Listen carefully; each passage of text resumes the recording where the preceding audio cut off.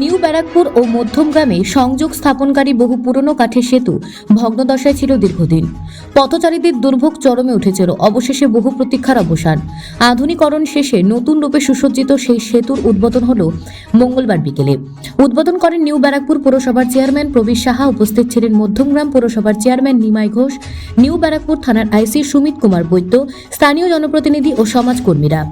Chairman Prabir Saha জানান, এলাকাবাসীর দীর্ঘদিনের দাবি ছিল নতুন সেতু। মাত্র 6 মাসে নির্মাণ শেষ হয়েছে।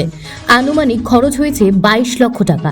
নিউ ব্যারাকপুর পুরসভার 4 নম্বর ওয়ার্ড ও মধ্যমগ্রাম পুরসভার 21 নম্বর ওয়ার্ডকে সংযুক্ত করা নোয়াই খালের এই সেতু নতুন রূপে তৈরি হলো। সেতুটির নামকরণ করা হয়েছে হরিপদ বিশ্বাস সেতু। উদ্বোধনের দিনে সেতু দিয়ে যান চলাচল শুরু হয়। খুশি স্থানীয় বাসিন্দারা। এখন আর নেই কাদা পথের দুর্ভোগ, নেই দুর্ঘটনার আশঙ্কা।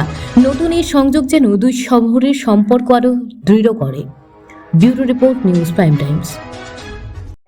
মধ্যমগ্রাম ও নিউ ব্যারাকপুরের মাঝখান থেকে যে নোয়াই খাল চলে গেছে, তার যে এতদিন কাঠের ব্রিজ ছিল, আজকে পুনর্নির্মাণ হলো সেই নতুন ব্রিজে এবং জনগণের জন্য খুলে দেওয়া হলো। কি বলবেন এই উদ্যোগকে?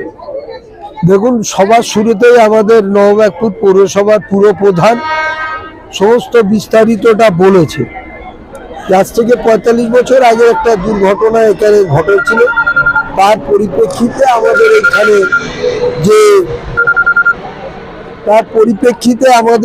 একটুখানি বলো তো চেয়ারম্যান, মন্ত্রী, তার পরিপ্রেক্ষিতে ওই ব্রিজটা নির্মাণ হয়েছিল। পরবর্তীকালে সেটা খারাপ হয়। নবব্যারাকপুর পৌরসভার পৌর বোর্ড এটা পুনরায় মধ্যমগ্রাম এবং নিউ ব্যারাকপুরের জনসংযোগের যে কাঠের ব্রিজ, সেটা নতুন করে আবার পুনর্নির্মাণ করে আজকে শুভ উদ্বোধন করা হয়েছে। এলাকার মানুষেরা খুশি। মানুষের স্বার্থেই আমাদের নেত্রী মানুষের জন্য কাজ করে।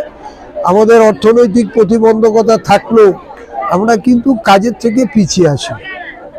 আমরা দেখলাম যে খালে কিছু লোক বা এলাকার জনবসতি যারা লোক থাকে, তারা ময়লা ফেলে। তার একটা আবেদন আপনি করলেন উদ্বোধনে এসে মানুষদের কাছে। আমাদের ক্যামেরার সামনে কি বলবেন?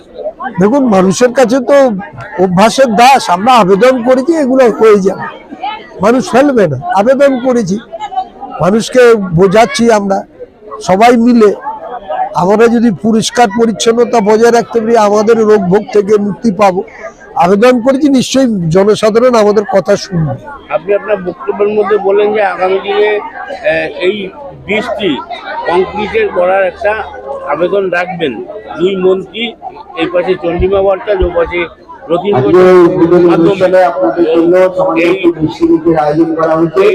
এই যে আবেদনটা, এটা আপনি বললেন যে আপনি নিজে করবেন এবং কবিতাকে সঙ্গে নিয়ে করবেন। তো মানুষ কতটা আশাবাদী হবে যে কবে? দেখুন, আমরা সবসময় আশাবাদী থাকি। আমরা যাদের কথা দেই কাজ করি। সুতরাং আমাদের দুজন গুরুত্বপূর্ণ আমাদের ক্যাবিনেট মিনিস্টার, দুজনা কাজের মানুষ। আমাদের প্রস্তাবটা তাদের কাছে রাখবো। এই প্রস্তাবের মধ্য দিয়ে আশাবাদী যে আগামী দিনে এটা হবে ইরিগেশনের সহায়তার মধ্য দিয়ে।